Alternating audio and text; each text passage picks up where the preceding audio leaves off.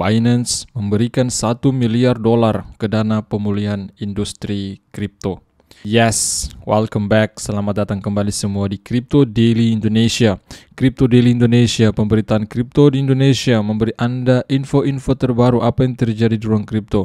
Maka dari itu, bagi diri Anda yang belum terlibat bersama kami tim Crypto Daily Indonesia, pastikan diri Anda terlibat bersama kami agar Anda selalu mendapatkan berita-berita penting apa yang terjadi di ruang kripto. Nama saya Sofyan, owner Crypto Daily Indonesia.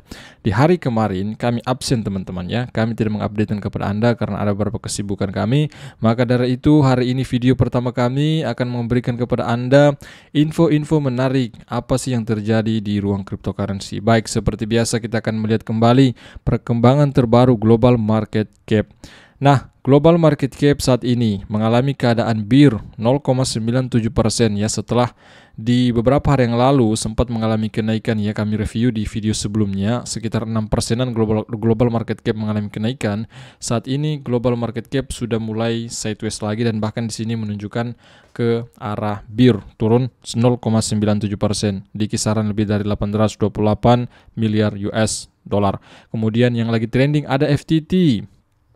FTX token mengalami kenaikan 10% ya, trending juga di CMC. Kemudian Solana trendingnya bear 3,23%, kemudian Ethereum sideways saja ya 0,97%. Kemudian kita pantau Bitcoin. Bitcoin saat ini ya duduk di harga 16.513 US dollar di kisaran persentase 1,30%, mengalami penurunan dalam 24 jam terakhir. Kemudian Ethereum 1,03% bear di harga 1.187 US. Kemudian kita pantau beberapa altcoin lain ya, ada BNB ya mengalami keadaan normal dalam 24 jam. Kemudian apalagi XRP bull 3,37%, Dogecoin bear 1,66%-an. Kemudian Cardano 3% lebih mengalami bear, Polygon Matic 5% ke atas bear, Polkadot 2% ke atas bear. Kemudian apalagi nih ya, Solana pun juga ya dalam keadaan bear 3%-an. Kemudian juga Shiba bear juga 1,7%, dan beberapa altcoin lain terlihat saat ini ya kebanyakan sih saat ini mengalami kembali keadaan penurunan teman-teman ya, karena di satu hari yang lalu, 2 hari yang lalu situasi global market cap dan koin teratas mengalami pemulihan kenaikan. Saat ini sudah mulai koreksi lagi sedikit demi sedikit. Untuk top 100 kita cek di Crypto Bubbles kembali. FTT yang paling tertinggi untuk top 100 saat ini ya, terdeteksi dari Crypto Bubbles. Dia mengalami kenaikan sampai 12,5%-an, kemudian menyusul ada Huobi token ya, kemudian ada BNX 7,9%, MV, dan beberapa altcoin lain ada juga yang bull tapi sangat kecil ya, ada XRP. Yang bear memang dalam top 100 ini terlihat jelas terbanyak itu yang dalam keadaan bear market untuk top 100 data dari Crypto Bubbles. Baik, seperti apa yang Anda tonton di video awal tadi ya, saya sampaikan kepada Anda bahwa Binance memberikan 1 miliar ke dana pemulihan industri kripto. Wow, jadi Binance ini memang dia berniat baik ketika ada industri kripto, mungkin exchange, dompet kripto, wallet dan sebagainya mengalami bermasalah atau masalah likuiditas, dan Binance saat ini ya berinisiatif. Inisiatif ini memang muncul ketika FTX mengalami kebangkrutan teman-teman. Agar bagaimana ya, tujuan dari Binance melakukan ini agar industri kripto saling menopang, saling membantu ketika ada yang runtuh, ketika ada yang mengalami masalah ya, ketika mengalami masalah mungkin likuiditas terhadap proyek exchange kripto yang lain ya. Maka Binance berinisiatif untuk membantu proyek apapun, exchange apapun, DeFi apapun dan lain sebagainya, agar industri kripto ini saling membantu ketika ada yang bermasalah teman-teman. Saya kira Sisi Binance memang niatan yang sangat baik, membantu ruang kripto, membantu siapa saja di ruang kripto ketika ada masalah ruang kripto. Ini tujuannya agar membangun kepercayaan orang-orang terhadap kripto ya ke depannya, karena kripto ya di kadang-kadang akan menjadi alat transaksi yang sah di seluruh dunia.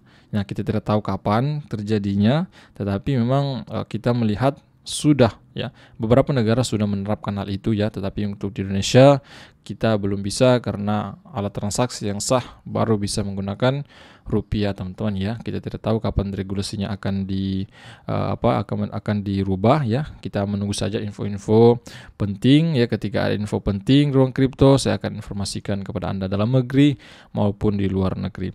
Perusahaan meluncurkan inisiatif pemulihan industri dengan bantuan dari perusahaan lain. Next, Binance telah mengumumkan inisiatif pemulihan industri dana sekitar $1 miliar, dan bahkan bukan ini hanya dana awal ya, $1 miliar, tetapi CZ Binance berkomitmen akan terus menambahkan dana ini.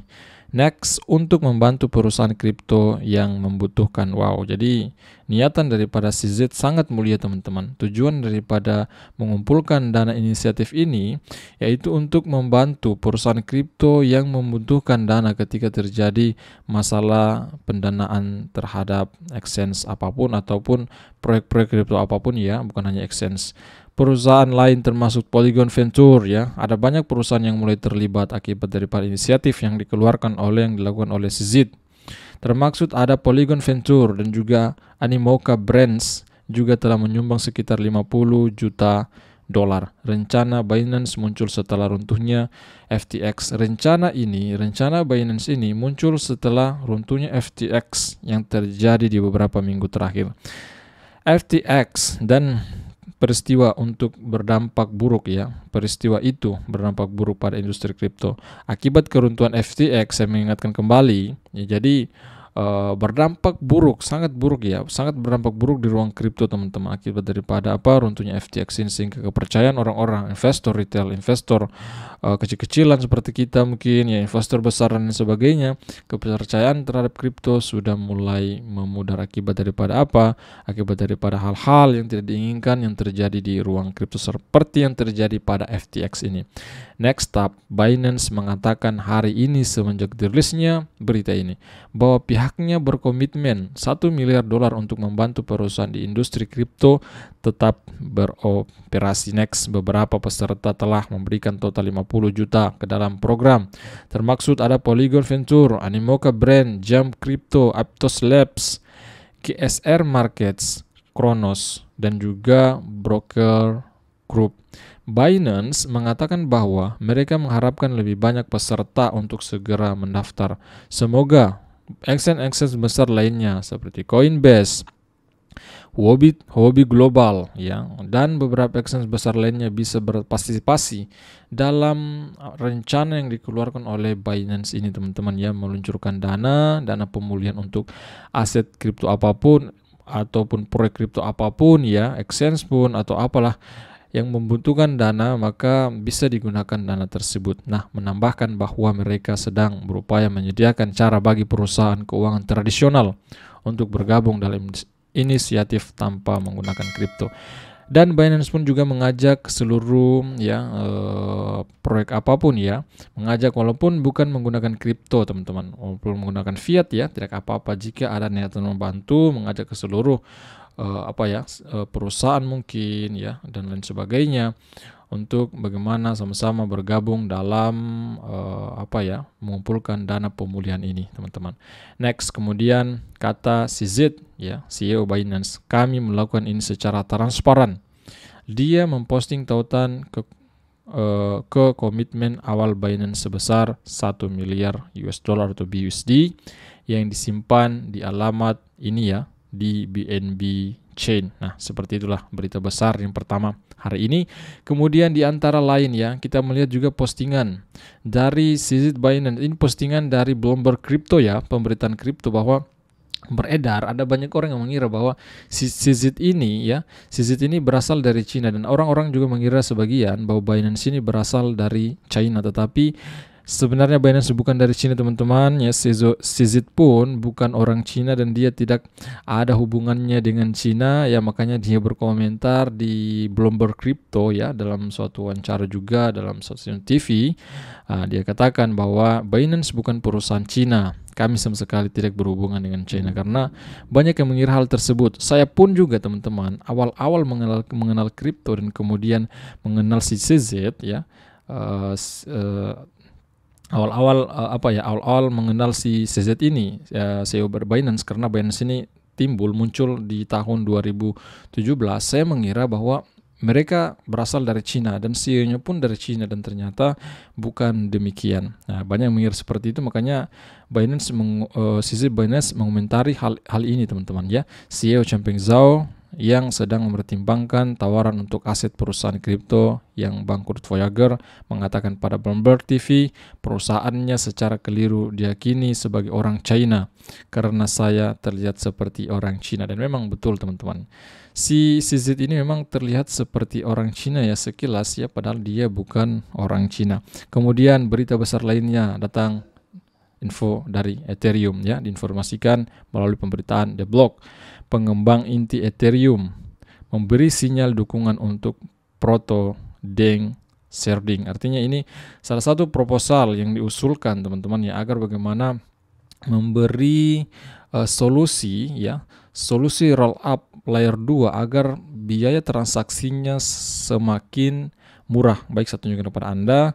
Pengembang Ethereum sedang bergerak untuk memasukkan EIP 4844 ini proposalnya ya, dalam peningkatan di masa mendatang. EIP 4844 bertujuan untuk meningkatkan skalabilitas Ethereum melebihi apa yang tersedia dengan solusi layer 2. Pengembang inti Ethereum bergerak menuju menempatkan EIP 4844 proposal ya.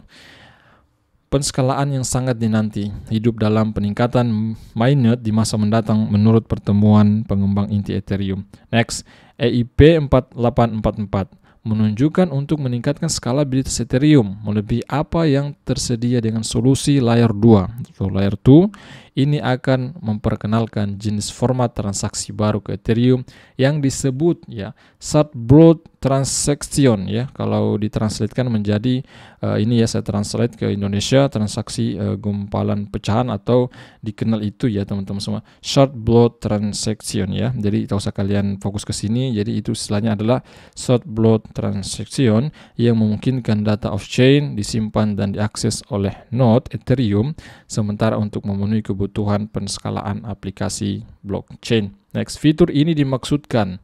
Jadi di antara Anda bertanya-tanya apa sih maksud dan tujuan daripada diusulkan proposal ini ya. Jadi fitur ini dimaksudkan untuk membuat Ethereum lebih murah, teman-teman ya, saat menggunakan solusi roll up layer 2 atau layer 2 seperti Optimism dan Arbitrum, di mana transaksi sudah 5 hingga 10 kali lebih murah daripada lapisan dasar Ethereum, teman-teman.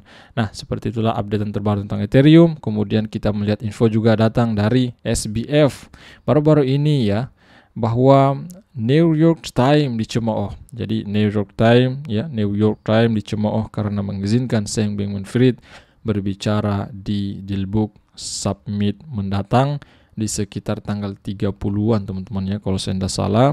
Maka setelah di SBF mengeluarkan tweetannya, dia akan berbicara di Dealbook Summit, maka yang kemudian New York Times dicemooh, teman-teman, karena mengizinkan si SBF ini berbicara di sana. Kita tidak mengetahui apakah secara langsung atau secara virtual nantinya ya. Kita menunggu saja info berikutnya. Next, mantan CEO FTX Sam Bankman-Fried SBF mengatakan dia berencana untuk berbicara dengan Andrew Ross Sorkin di New York Times Dealbook Summit tahunan pada 30 November yang akan datang, menurut sebuah tweet yang dia terbitkan pada 23 November. Ini tweetan dari SBF. Tweet SBF menerima cukup banyak tanggapan dan belum dikonfirmasi apakah mantan eksekutif FTX akan muncul secara langsung atau virtual. Ya, kita belum mengetahui, walaupun tweetan dari si SBF bahwa dia akan menghadiri acara tersebut, teman-teman semua ya, tetapi kita tidak mengetahui, belum ada yang mengetahui apakah dia akan hadir secara langsung atau secara virtual. Nah, ini katanya ya, saya akan berbicara dengan Andrew Ross Sorkin di pertemuan Dealbook Rabu depan. Ini kata si Sam Bankman-Fried, teman-teman. Next, bagaimana pria ini mencuri miliaran dolar dan sekarang berbicara di pertemuan puncak sebagai orang besar, sebagai orang bebas. Ini tweetan ya. Ini orang-orang di Twitter mengatakan hal demikian, diantaranya ini ya yang diposting oleh si Bitcoin.com, bahwa bagaimana pria ini mencuri miliaran dolar dan sekarang berbicara di pertemuan puncak sebagai orang bebas. Nah, bagaimana pandangan Anda? Apakah memang layak si SBF untuk berbicara di sana atau seperti apa? Coba kalian tulis di kolom komentar. Nah, seperti inilah berita hari ini, video pertama kami hari ini. Semoga informasi ini menambah wawasan Anda di ruang kripto agar Anda selalu pandai apa sih yang terjadi di ruang kripto. Maka dari itu pastikan diri Anda yang belum terlibat bersama kami tim Crypto Daily Indonesia. Pastikan diri Anda terlibat ya teman-teman ya, dengan cara tentunya sangat mudah, sangat gratis, dengan cara smash tombol like, subscribe, bunyikan loncengnya. Nama saya Sofyan, owner Crypto Daily Indonesia. Sampai jumpa video besar berikutnya. See you, bye bye.